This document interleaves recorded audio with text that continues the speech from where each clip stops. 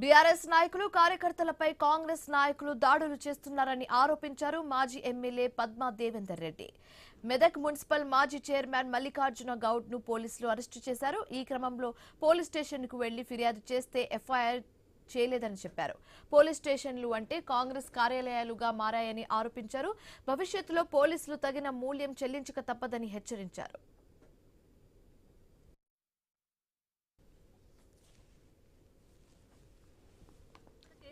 వాళ్ళ యొక్క చట్టం వాళ్ళ పరిధిలో ఉన్నంత వరకు వాళ్ళ కేసు ఏంది, ఎక్కడ కేసు చేయొచ్చు, ఎక్కడ కేసు చేయరాదు అనేది పోలీసు వాళ్ళకి తెలియాలి కదా.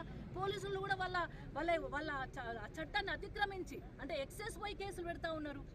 మరి పోలీసులు ఇప్పుడు ఎవరు బాధ్యులు అవుతారంటే పోలీసు వాళ్ళు బాధ్యులు అవుతారు. ఎమ్మెల్యే మంచిగానే ఉంటాడు, కానీ ఇట్లాంటి కేసులు అక్రమ కేసులు పెట్టి అరాచకాన్ని పాల్పడి భయప్రాంతులకు గురి చేస్తే ఇబ్బంది పెడితే ఎవరు బాధ్యులు అవుతారు? పోలీసు వాళ్ళే బాధ్యులు అవుతారు. తప్పకుండా రేపు రాబోయే కాలంలో ప్రైవేట్ పిల్లేస్తాం, హైకోర్టులకు వెళ్తాం, మా హెచ్ఆర్సీ పోతాం. డెఫినెట్గా మేము న్యాయస్థానం కోసం పోతాం, న్యాయాని కోసం పోతాం.